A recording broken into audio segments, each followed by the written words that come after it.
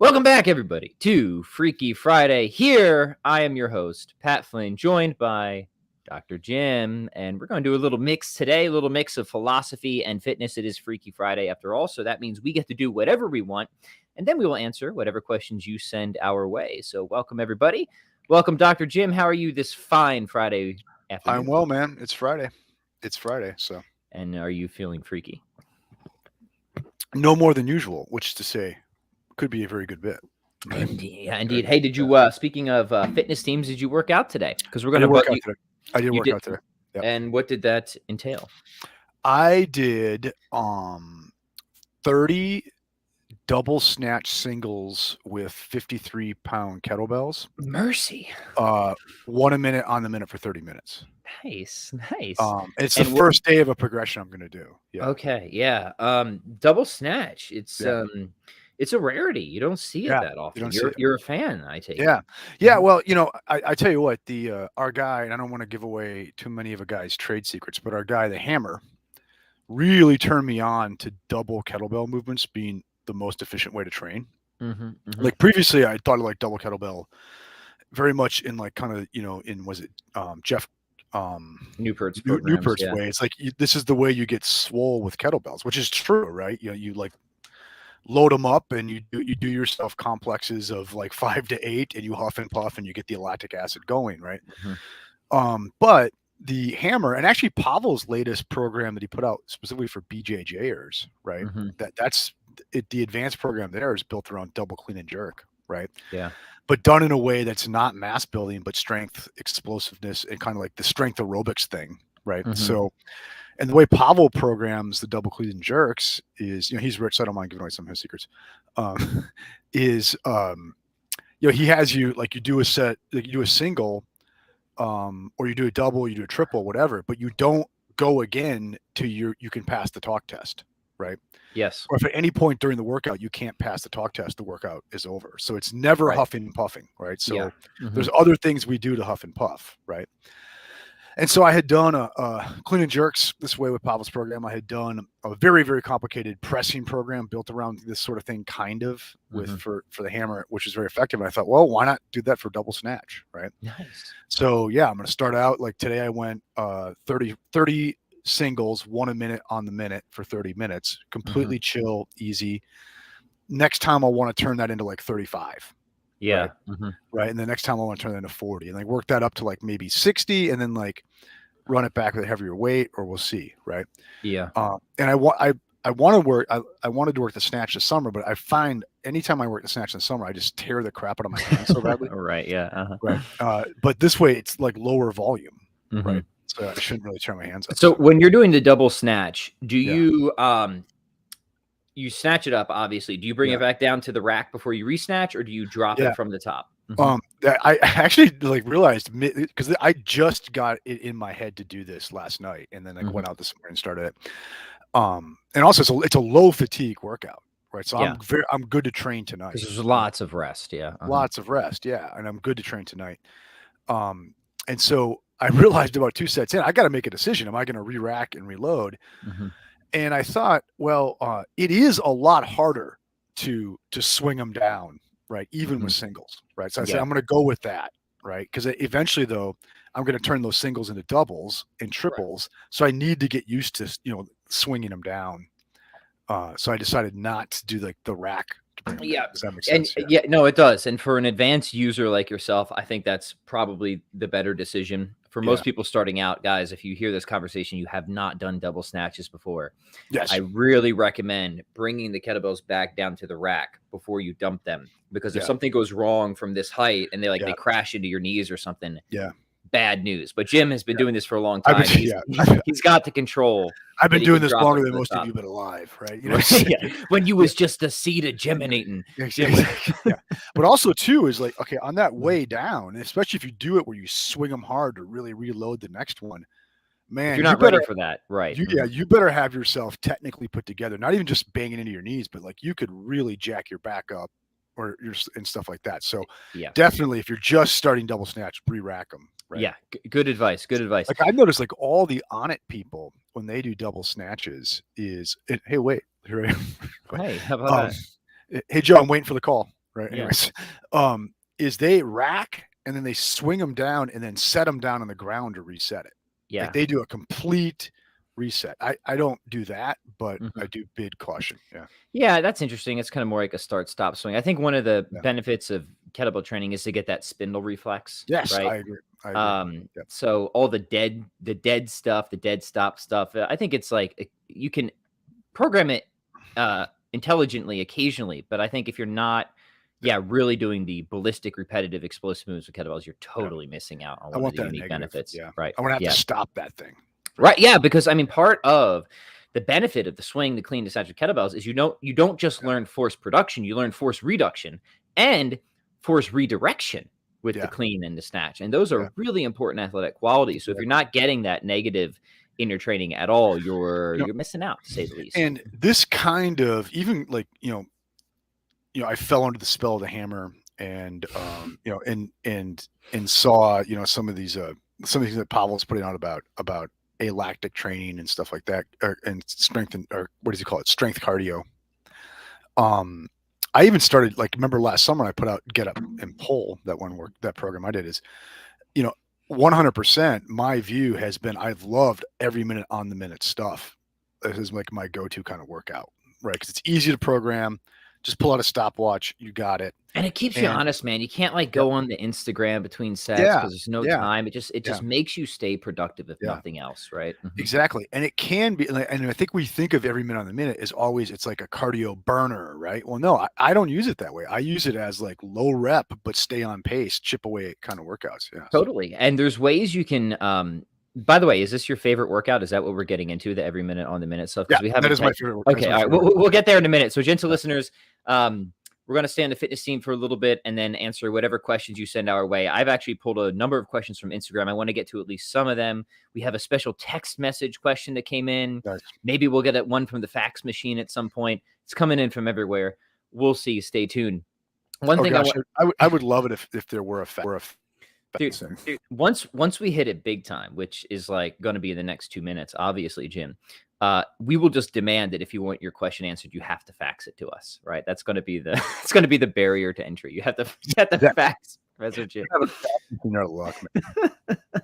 You know somebody who does that. You know who had a fax machine? Who's that? Jim Rockford, man. Oh, definitely, He had dude. a Right fax next to his black rotary phone. Exactly.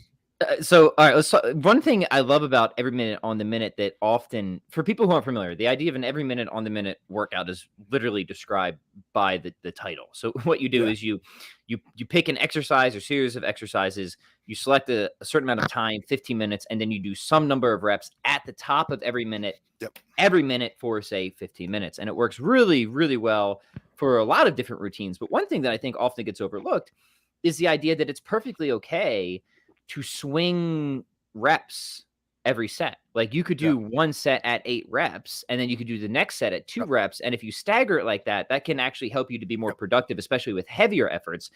Because if you try to go too heavy at high reps, you're not going to be able to keep up. I don't care how much of a tough guy you are. The amount of rest is not going to be there. But if you do one set at 8 reps, next set is just 2 reps, that's a pretty big game changer. It's a really cool way to stay productive with the EMOM routine while still getting in some really high quality volume at a decent intensity. So I just wanted to throw that little tip out there for people. Especially if you're like me, where you want to keep it low fatigue. So you want to be able to pass the talk test at least before you start your next rep, if you ever get out of breath, right? Mm-hmm. So then, maybe you push it for a minute and do a 5, 6, 7, 8, and then you're like, okay, now I'm huffing and puffing, so I need a minute where I do a single for the next 2 minutes to get my heart rate back where I want it, and then I can work back up. Yeah, I like that.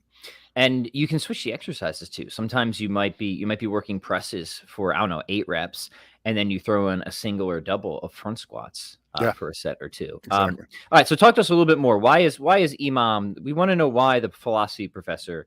What reasons can you give us? What justification for the EMOM routine being your workout of choice? It's it is unscrew-upable. Right, first and foremost, and it's very easy for me in a morning, like, I'm not quite sure I'm going to do this morning. Say, look, just grab your timer, go out to the yard, grab a kettlebell, and just do something on the minute every minute for however many minutes you last. Right? Yes, sir. It's very low bar of entry, I find. Right. And two, especially because I'm a little slow in the head, like keeping track of, like, if I want to track my volume, right, or I want to track my sets or whatever, right, I don't keep track of that stuff very well, and I always lose count. Whereas if I put 30 minutes on my phone, right, and a timer goes off every minute, it's very easy for me to track, exactly how many and I'm staying regular throughout the workout, how many reps I've done, right? So if you do track stuff, which I do, it's very helpful that way too, right? Yeah. And I like it because it's low barrier of entry. But it's also like really variable. Like I can use every minute on the minute to like condition. So, I could grab a light kettlebell and do sets of 15 or 20 every minute, right? Yeah, or right. I can, like today, grab 2 heavy-ish kettlebells and double snatch for singles on the minute, right? Right. And so it's yeah, like, well, yeah, you could do single snatches, light kettlebell, 15 reps, for example. Great. I mean, if you just work in like, or even you can give yourself a range too. You could say, I need to hit somewhere between 8 to 15 reps every minute on the minute, right? And I think floors and ceilings are good for the kind of endurance conditioning things. Like I gotta stay above this number, and I think for single arm snatches, something like 8 is a good kind of floor. But dude, that will kick your ass in a hurry. 8 snatches. Yeah, with for like sure. a 35-pound kettlebell, that will kick your ass. Yeah, especially when you're on like minute 15, you're gonna be like the first set, you'll be like, "Oh, this is easy." whatever. But get to minute 10, 15, you'll be thinking again. When your hand starts bleeding, right? Just turn to raw hamburger meat. Yeah, and then next day you could totally flip that around, do heavy double snatches, just 1 rep on the minute. So no, I'm sorry to interrupt. I just wanted to give some specifics for the gentle listeners. No. And so that's why it is sort of my go-to, right, thing. And I find increasingly, even when I'm not just like kind of freestyling, I'm actually programming. Like right now, I'm programming myself in the double snatch.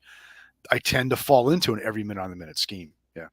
For our philosophy listeners, Professor, how do you feel having a regular fitness routine has made you a better thinker, a better philosopher? Because I'm assuming that you're going to say that it has. Yeah. Well, I mean, first of all, as Jocko says, discipline is freedom, right? Mm-hmm. Okay. But another way that was put is, is Aristotle's notion that virtues are not had in isolation, right? Mm. So if I really think if you just let your body go, right, at some level you're letting your mind go, and if you don't develop your mind at all, I think at some level you're probably going to let your body go, right? And so I think the same, prudence, temperance, right, courage that like holds me on task philosophically is what holds me on task athletically, right? And so I'm developing the same things across the board, just differently applied. Yeah, awesome. Right. Anything else you want to say about EMOM or tips for people getting into it? And the one thing I'll say one more thing is we've been talking about it with kettlebells. I think kettlebells work great for EMOMs. You can do single exercises, double cleans, double presses, front squats.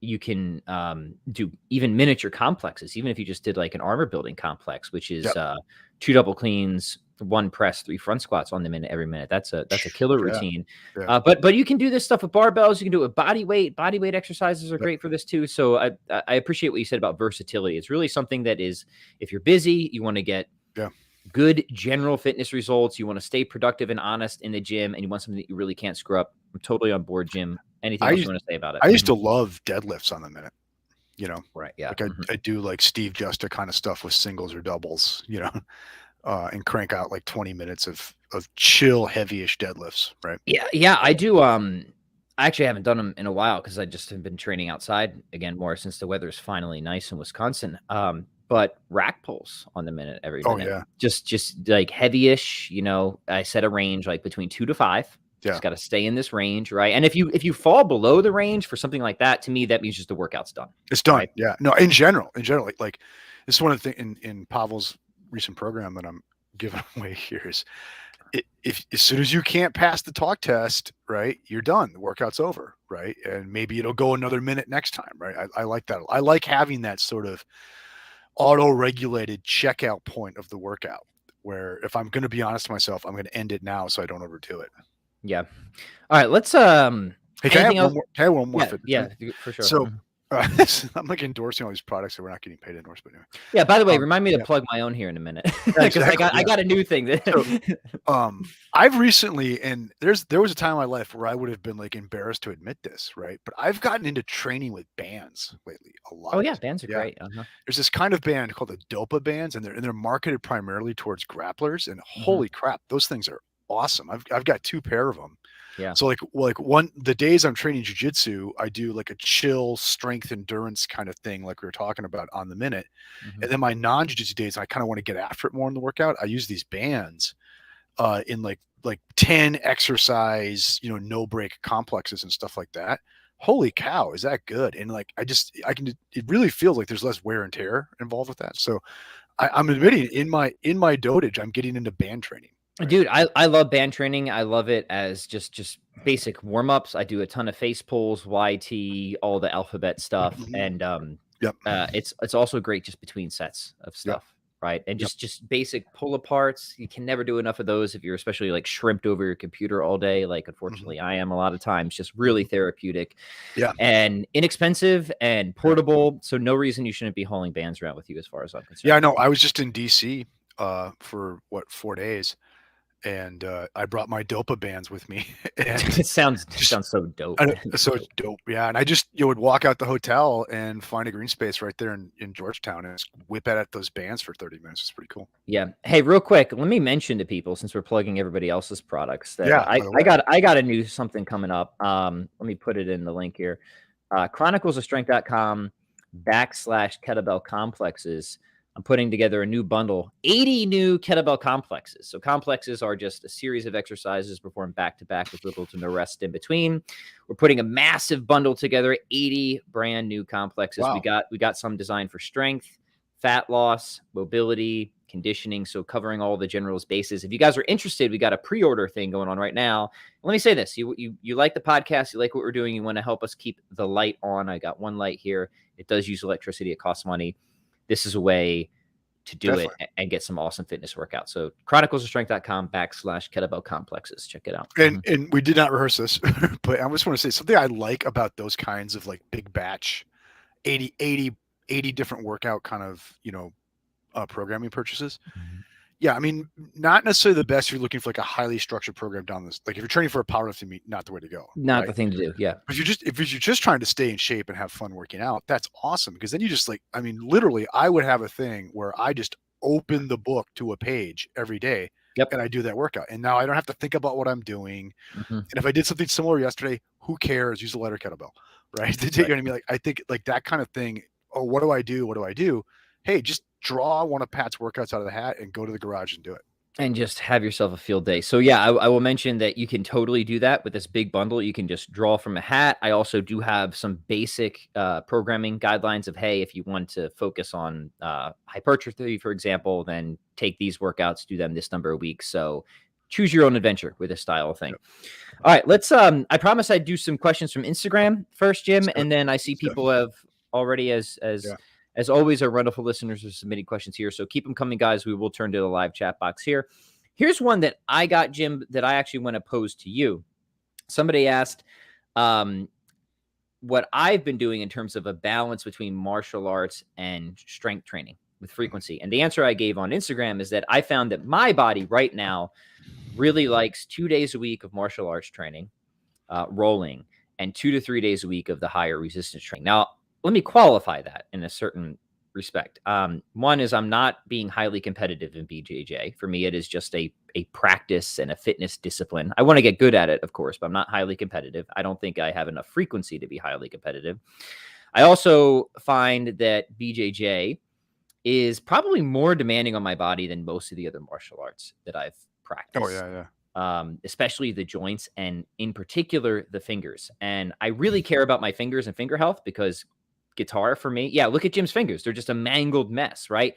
I can't Look at that knuckle, man. it's disgusting, man. It's just like put that thing away, right?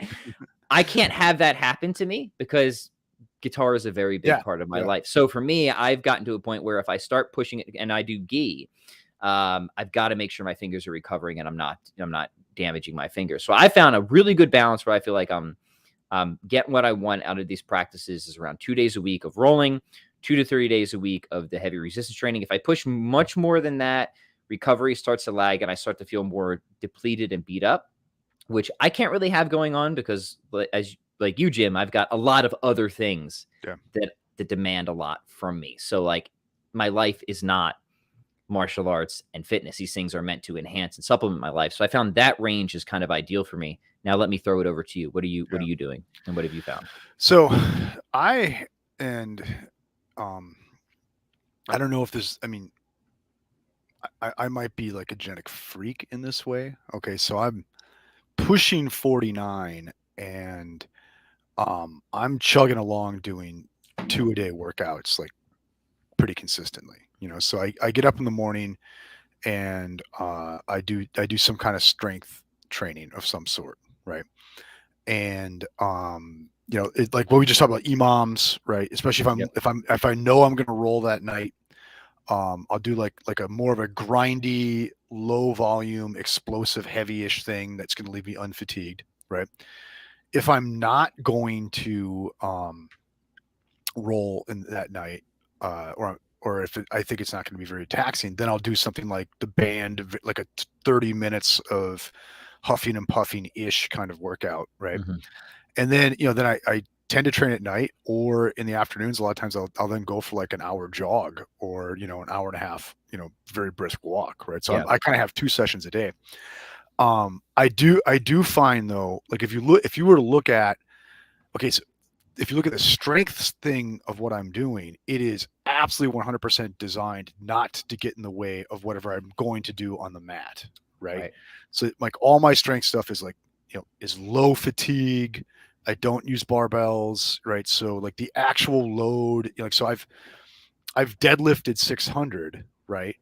But right now, if I'm training deadlifts, I'm deadlifting a pair of 36 kilogram kettlebells. Super submaximal. Super submaximal, right? Okay, so like I don't think you can be like working your 600-pound deadlift in the morning and then training jiu-jitsu at night, especially in your late 40s, right? Okay, so I do a lot of strength stuff every day, and I do train anywhere from 2 to 6 days a week of jiu-jitsu, just depending on how the week works out, right?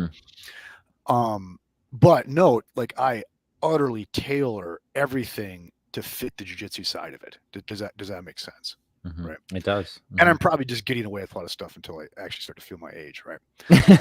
No, you're intelligent about it. Yeah, I'm pretty smart about it. And also though, I think you have to like keep in mind too, a lot of people make very good progress in jiu-jitsu training 2 days a week.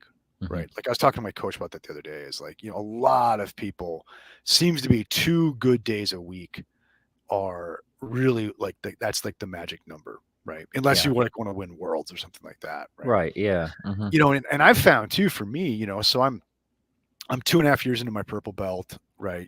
So I've been at this for a while. I've won some big tournaments, all that, blah blah blah, and I think the high frequency training of jiu-jitsu for me is getting to be diminishing returns, right? Like I'm just getting less out of it than I was 3 years ago. Cause I have, not that I know a whole lot, but I'm there's less for me to learn. Yes. Right. Right. Of course. It's like when you're a white belt, every one of your rolls is like 1% of your total training you've ever had. Right. By the time you're like 3 years into your purple belt, each roll is like 1/100th of your total training you've had. So like each roll, like there's less at stake for you. Right. That's right. So I'm finding now, even, however often I'm at the gym, I'm probably only really getting after it 2 days a week.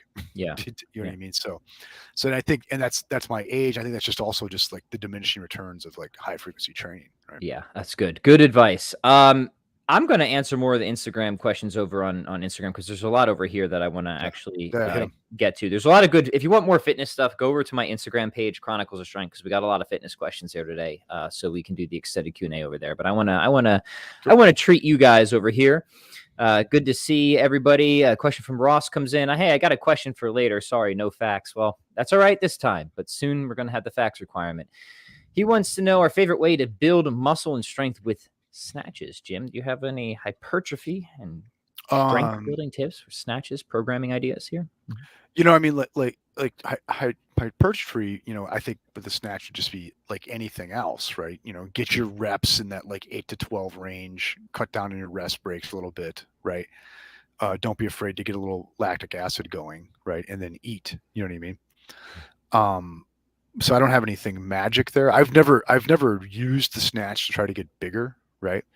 And I think for strength, I would do, heavy-ish on the minutes or ladders, right? Yeah, I don't think the snatch is naturally well suited. The kettlebell one for like hypertrophy efforts. Yeah. It'll lay down some muscle here and there, but definitely for power and strength, the type of stuff that Jim's talking about, the double snatches, heavy double snatches on the minute, every minute.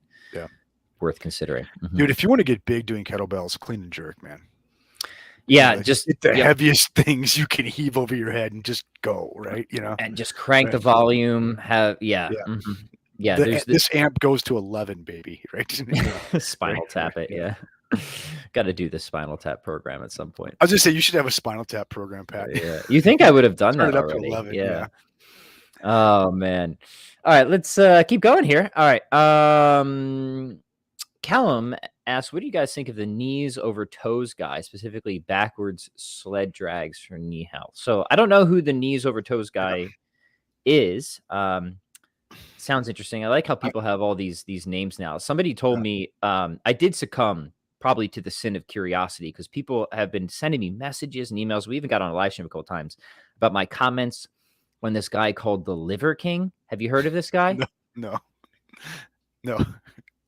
Man, I don't know. I still don't know what to think about this individual because the first time I like I said, I went and looked up his YouTube or his Instagram and watched a couple of videos, and I can't tell if he's serious. Like I can't. At first I thought this has to be a complete joke, but I don't think it is, man. And if it's not, and people are actually like taking him seriously, our country is worse than I thought. Fair enough. Now I have to go look up the Liver King. The Liver King, man. Yeah. Sorry, that isn't this question, but I wanted to. I actually like the knees over toes guy, and I've put some of his stuff into my like mobility. Does he have a name? Yeah. I don't remember his real name. He's got a big Instagram account. He was on Rogan, right? Oh, okay, cool. Yeah, and actually, you mentioned the backward sled dragging. I do backward sprints inside of my Dopa band as part of this, right? I love backward sled drags. They're great. And knees over toe guys, like his point is that look, we've like it's the same way like remember early on everybody said you shouldn't use kettlebells because you're like leaning you're using your back to lift. And Pavel's reply was that we have backs because we have bad backs because we like our backs are weak and we need to train the back the right way, right? Mm-hmm. And everyone says, look, when you squat, right, you shouldn't bring your knees over your toes because you wreck your knees. Yeah, but this guy's point is like that is a range of motion the human knee is made to do. Of course. And now we're not training that range of motion; we're training the other one. So we've got all these strength inequalities and stuff like that. So we actually want almost no bad patterns, just inadequate preparation. Yeah, that's the problem. So he wants you doing things, and we're not talking about like one-legged squats with 225 over your knee, right? Okay, but he does want you doing movement patterns where you bring the knee up beyond your toe, even down to the floor, right? And one of the things he thinks too is in the backward sled drag you get in that low position with the knees over the toe. Mm-hmm. And I have to say is since doing this, whereas I thought like running was done for me, my knees are not bothering me when I run now. Yeah, that's awesome. I mean, I'm a big fan of all of that. I have been for many years. I mean, I think some of the worst advice that has ever been sort of, I don't know. There's been some really bad advice in the fitness industry. I mean, it's just a geyser of nonsense, really. Yeah. But certainly like don't ever squat with your knees past your toes or never squat past parallel is just ruining people from a sort of movement perspective. I mean, try going up a flight of stairs without your knees going over your toes. Yeah, exactly. Right. I mean, like this is a movement that life demands. So we better be strong at it. We better practice it prudently. The knee is in fact strongest when it's fully flexed. So get it into that position, practice it, be prudent about how you approach it. Like if you haven't done ATG squats in 30 years and then you try and do it, with heavy back squats, you might wreck your knees at that point because they're so weak and you've just gone way beyond what you're currently prepared for. Yeah. But certainly. Have you ever seen pictures, like old school bodybuilding pictures of guys like Tom Platz doing the sissy squats where they're up on their toes, butt to the ground? Oh yeah. With tons of weight on their back.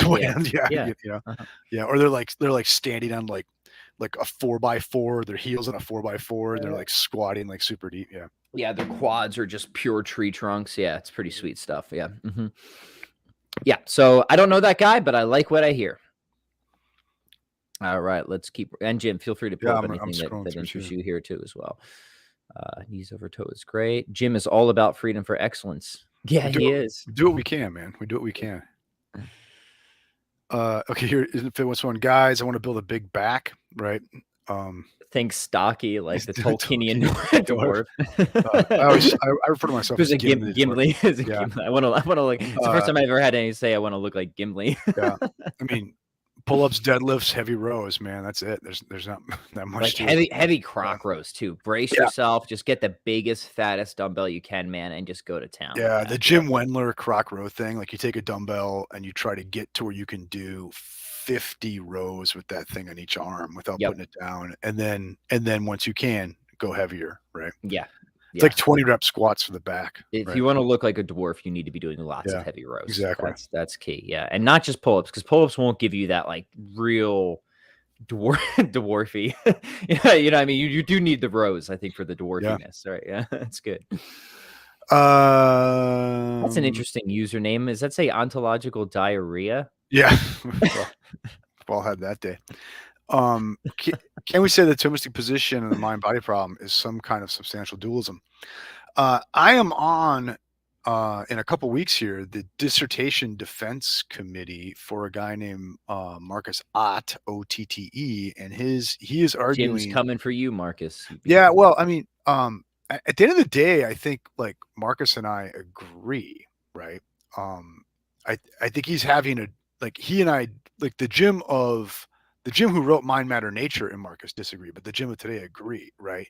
It's sort of a modus ponens, modus tollens situation. So Marcus thinks there's just no way around it. If you're going to be a Thomist, right, you are a kind of dualist, right? That you're going to have to bite the bullet and say that there is soul brain interaction and like have all the problems therein, right?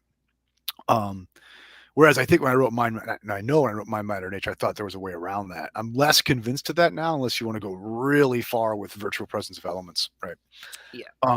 And so now I think I would agree. And so for Marcus, that means therefore he's going to be a dualist, whereas I'm going to say, well, therefore I'm not going to be a Thomist, right?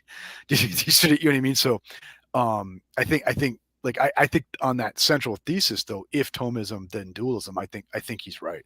Well, how do you feel about Reeves thinking of Aristotelian functionalism?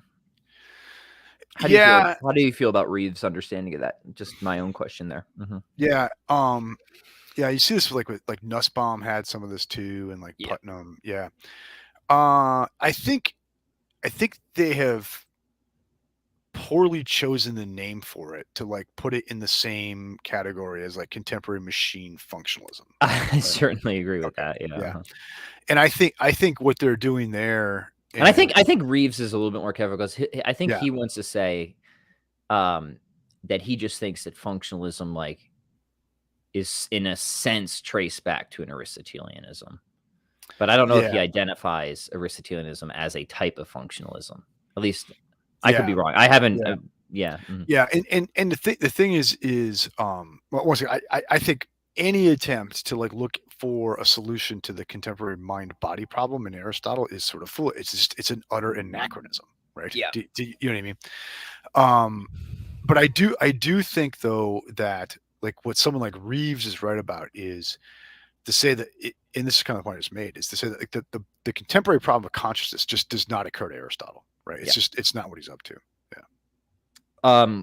Should we do our text message question? Let's do that one. All right. So this one comes from our friend Casey, who's been on the podcast before. And he wanted us to just comment on what we think. And really, he wanted Jim to comment on it. Yeah. I wasn't included in this, but you know me, I'll always invite myself. He wants Jim's comments on what he thinks continental philosophers are up to, and what would you say is a central debate or disagreement among them. And oftentimes people ask to even compare and contrast this to what analytic philosophers are up to. So, Yeah. however you Yeah. want to take this one, Jim, have at it.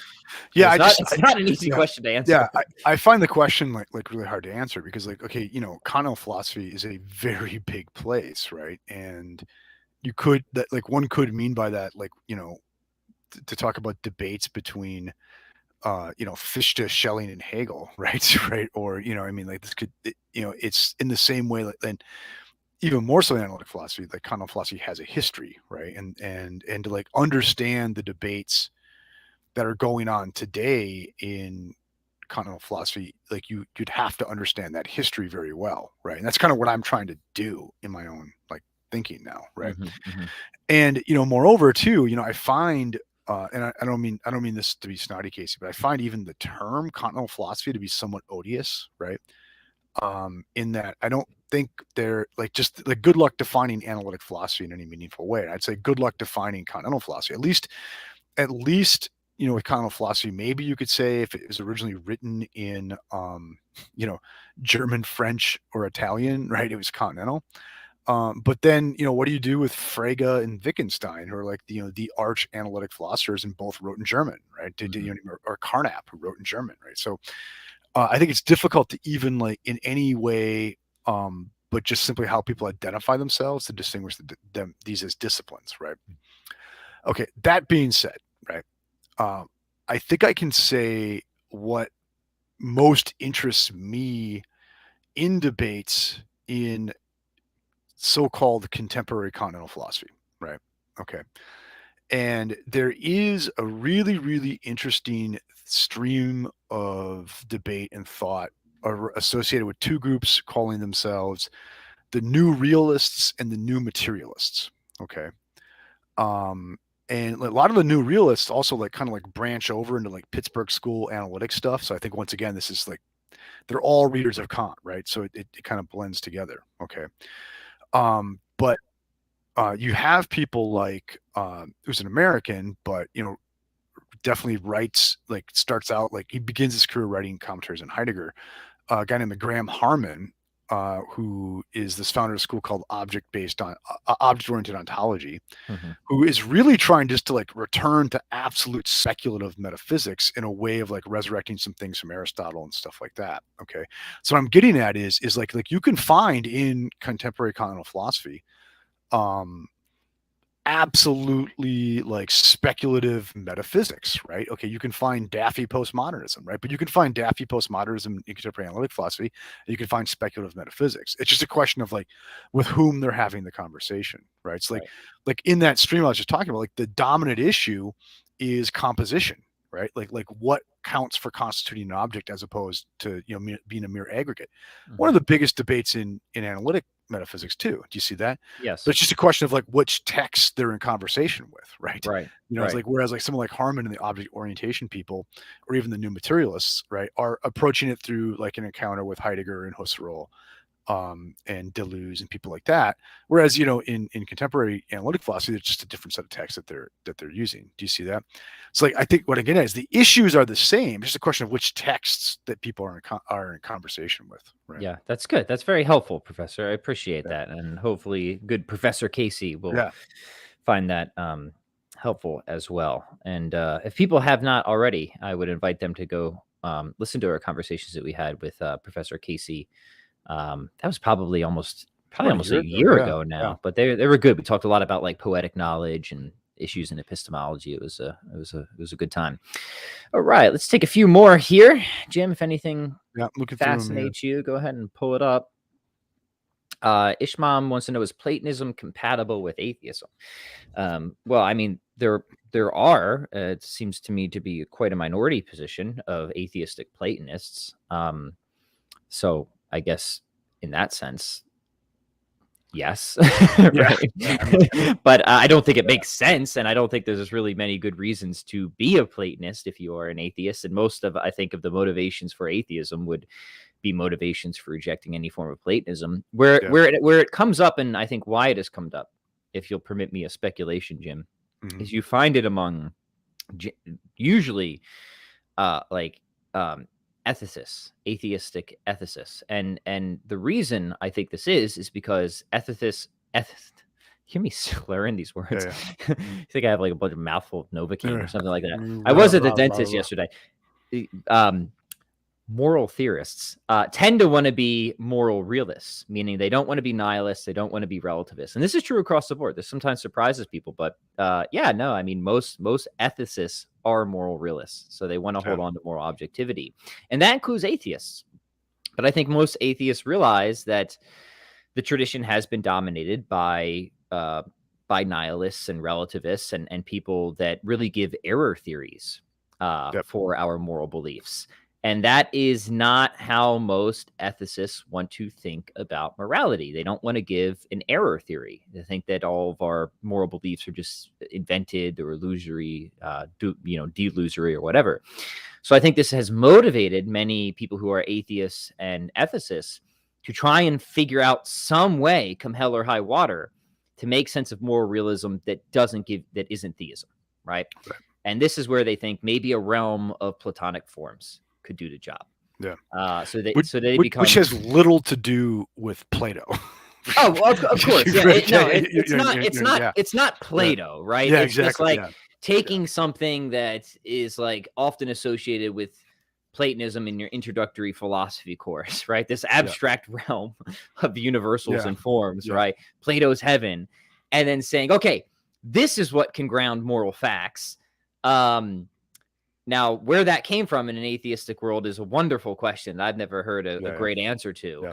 But I don't think it helps much. I had an article in Catholic Answers, and this part got edited out, and fair enough because it was already long, and this part is more technical. But I was arguing against certain moral theorists like Wielenberg, who are atheistic moral Platonists, right?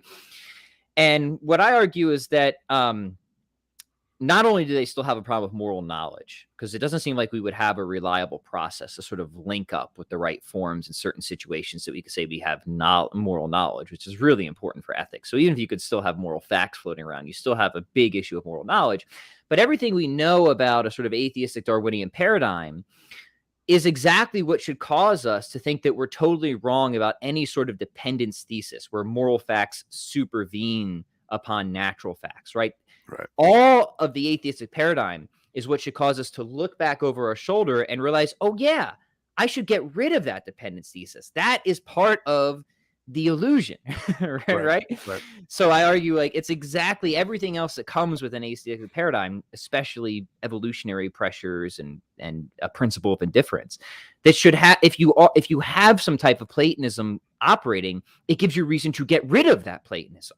Right. So even if you hold on to Platonism, I still think you have an insuperable problem with moral knowledge, which is a huge issue. But I think the issues for moral knowledge are reasons to get rid of your Platonism if you're an atheist, was essentially my argument in that paper. So yeah. So I guess it's compatible logically, but I don't think it's tenable. Right. Mm-hmm. My answer to this question would be to get a copy of Nietzsche's Genealogy of Morals. Go to the third essay, section 23. That will answer your question. That'll take care of that. That will take care of this question for you. Yeah. Yeah. I mean, between Nietzsche and Darwinian counterfactuals and all this or that, I mean, to me, it's just so ad hoc. And at that point, it's like, what I mean is for Nietzsche, the death of God is the last gasp of Platonism. Yeah. Oh, yeah. You see what I mean? Like at least Nietzsche, if we take Nietzsche, and I think we should, as like the most sophisticated, interesting, plausible atheist to ever walk the earth, right? Agreed. He sees like theism, what you and I would call theism, is just simply one application of Platonism. It's a footnote. Everything's a footnote to Plato. Yeah, it's a footnote on Plato, right? And so when he talks about the death of God, like even if you look at where he has the announcement of the death of God made, it's always about the earth becoming untethered from the sun.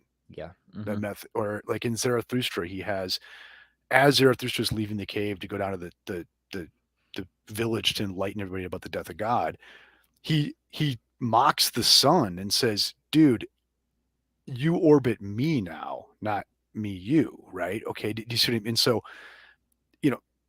what I'm getting at is like if we take Nietzsche as like our best representative atheist, then atheism is defined in contradistinction to Platonism, Right. right? To the notion that there is the good, right? Yeah, and that's why I really like, despite my profound disagreement, that's why I really like people like Alex Rosenberg, right? People are like, look, guys, let's just be happy nihilists, right? Kind of weird phrasing, right? Or a nice nihilist or whatever he calls it. But no, that seems consistent. Yeah. And I had one other point, but now it slipped out of my mind. So we'll just move on. But yeah, very good. Very good. All right, let's Jim, you want to pick the closer here? See what Let's we see got here. Yeah. This is a quick one here from our same guy. This is not a bad idea. Small video on the analytic synthetic a priori posteriori distinction might be fun. Yeah. Especially since we're starting with Kant. Yeah. You do it in Kant, you do it in Kripke. That'd be fun. Make me dust off the Kripke. I actually, if you guys would be interested, I was thinking about shorter, like 5 to 10 minute videos. Jim, we could even film these like independently and just upload them to the channel, just like on things like this, right? Hey, here's something in philosophy. Let us help you try to understand it in 5 to 10 minutes. If that would be helpful for you guys, and let us know, because I'm oftentimes what I'm doing is I'm reading something and I'm like, oh, this one page here would be great, like 5-minute video or something like that. Now, I can't promise high quality production, but I could just I could take out the iPhone and do a quick video on something like that. So yeah, if that's of interest, let us know. I'm just looking at some questions here. A lot of fitness stuff yet. Yeah, it's sort of the opposite of what you usually get. Yeah, Usually it's the philosophy questions that dominate, but more fitness stuff here. Yeah. I'm trying to think what I actually have an answer to. Do you got one you see here? Yeah, let's take this one. This one's from Indian Ronan. He says, hi, Pat and Jim. Question to you both. How much general crossover can I expect from calisthenics and kettlebell movements to barbell lifts? I want to say probably less than you think. Yes, that's good. Yeah. I wanted you to say it first, but yeah. And it might even be probably a lot less than you think. I mean, the law of specificity just is the law of specificity. It's really hard to get around. You can be an absolute monster at push-ups, but if you've never done a barbell, then the first time you get on that barbell, will you be stronger than the person who can do no push-ups? Yes, but is it still going to feel really awkward and difficult? Yeah. Yes. Right. Yeah. And you know, and here, and this is probably would get a lot of hate mail, right? But you know, just even looking at like barbell lifts carrying over to athletics, right? Is it that like the guy who can squat really well becomes a better football player? Or is it just because like a guy who's good at playing football is probably going to get damn good at the squat too? Right. Right. Because this is a really good athlete. You could teach him to do anything. Right. Mm-hmm. I don't know. And, you know, I don't even know if there's ever been like a controlled study on that sort of thing ever done. I don't think there needs to be. I think they try to do too many studies on stuff that's already perfectly obvious, right? Yeah, you know what I mean. And because I mean, as someone like just using football as an example, like every team has that guy who can, like some guy who plays like tackle, who, you know, doesn't lift weights at all, right? And knocks everybody unconscious on the field, and then like on the lifting test day goes in there and squats 700. Right. Yeah. And you also have have the guy on the football team who like wins the annual bench press competition, but never gets any playing time. Or like you have the guy who like doesn't even like just does terrible in the bench press competition and like knocks everybody unconscious in the field. Right. So specificity matters. Yeah, it does. It does. It really does. You know, and so for me, like the strength training is more about, it's almost like looking at it compared like in conjunction with jiu-jitsu. They're two different things, right? For me, strength training is about, I like it. Longevity. Keeps you generally healthy, right? Keeps you generally healthy. You know what I mean? Good for my head, all that. And then jiu-jitsu is a different thing, right? Yeah, spot on. Before we go, Jim, what do you want to announce? Anything else you're cooking up? No, nothing cooking immediately. Right. You got that new course. Why don't you just mention that? Yeah, I didn't get it done yet. So, but I will have a new course coming soon. Right. All right.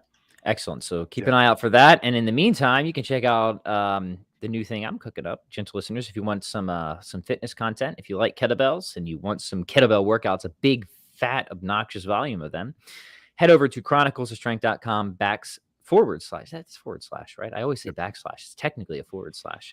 I'm so ignorant. chroniclesofstrength.com.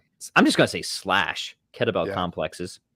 80 new kettlebell complexes for a variety of goals: conditioning, fat loss, muscle, mobility. Gonna love to hate them. Check it out. Supports the podcasts, feeds my increasingly large family.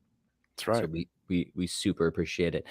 Thanks, guys. Awesome Freaky Friday as usual. Keep the Flynn kids off the street by a program.